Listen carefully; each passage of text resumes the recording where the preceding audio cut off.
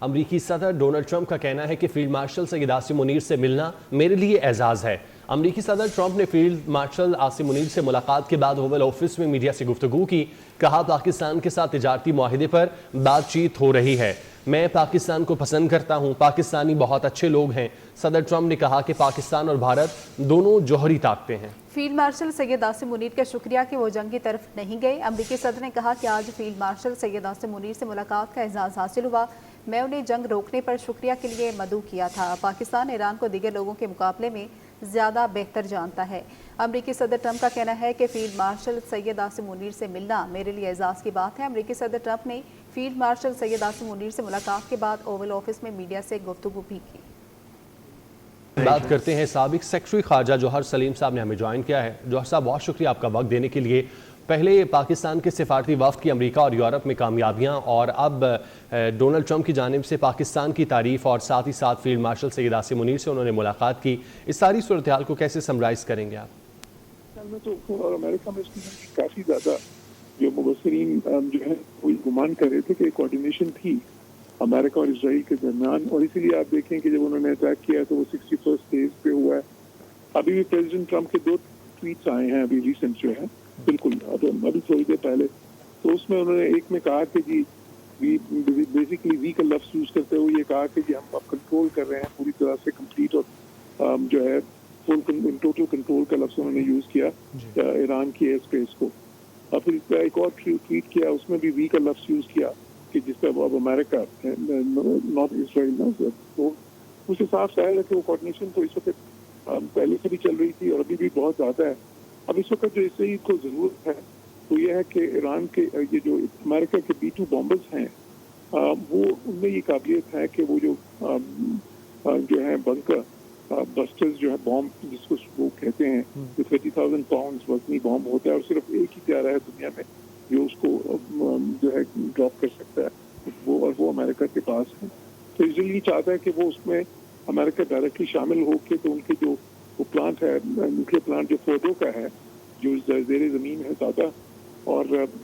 Natanz کی جو کچھ تنصیبات ہیں وہ بھی زیر زمین ہیں جن کو کہ وہ ابھی تک نقصان نہیں اس طرح سے پہنچا سکے جس طرح وہ پہنچانا چاہتے ہیں، تو امریکہ ان دونوں جگہ پہ بھی بامبنگ کر کے تو وہ اس کو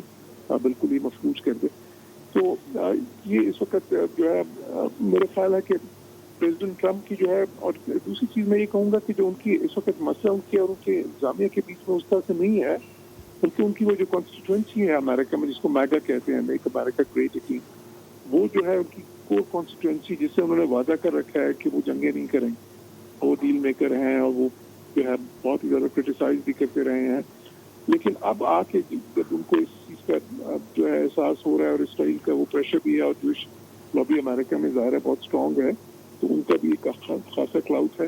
تو اس کی وجہ سے جب اس نہج پہ آ رہے ہیں تو تھوڑی سی ہیزیٹیشن ضرور ہے، لیکن اس چیز کا امکان موجود ہے کہ امریکہ جو ہے اس میں آ کے اور پھر وہ جو ہے کیونکہ اس کے لیے جو بھی لاجسٹکس ہیں وہ دیکھنے کے سارے اس وقت پورے کیے جا رہے ہیں ایز وی اسپیک، وہ امریکن جو ہے نا ساری وہ اپنے ایسٹس موو کر رہے ہیں اور اس چیز کی پوری تیاری وہ رکھے ہوئے ہیں اس وقت، جس وقت بھی پریزیڈنٹ آرڈر کریں تو وہ پھر امریکہ کی طرف سے یہ ایکشن شروع ہو جائے۔ تو جہاں تک پاکستان کا تعلق ہے، دیکھیں پاکستان کی پوزیشن بالکل مسعود صاحب نے بھی واضح کی ہے، ہم مورل اور ڈپلومیٹک سپورٹ بالکل ایران کی کرتے ہیں اور ہمارا موقف بالکل کلیئر ہے کہ ایران کی جو ٹیریٹوریل انٹیگریٹی ہے اور جو ہے اور ان کی جو سوورینٹی ہے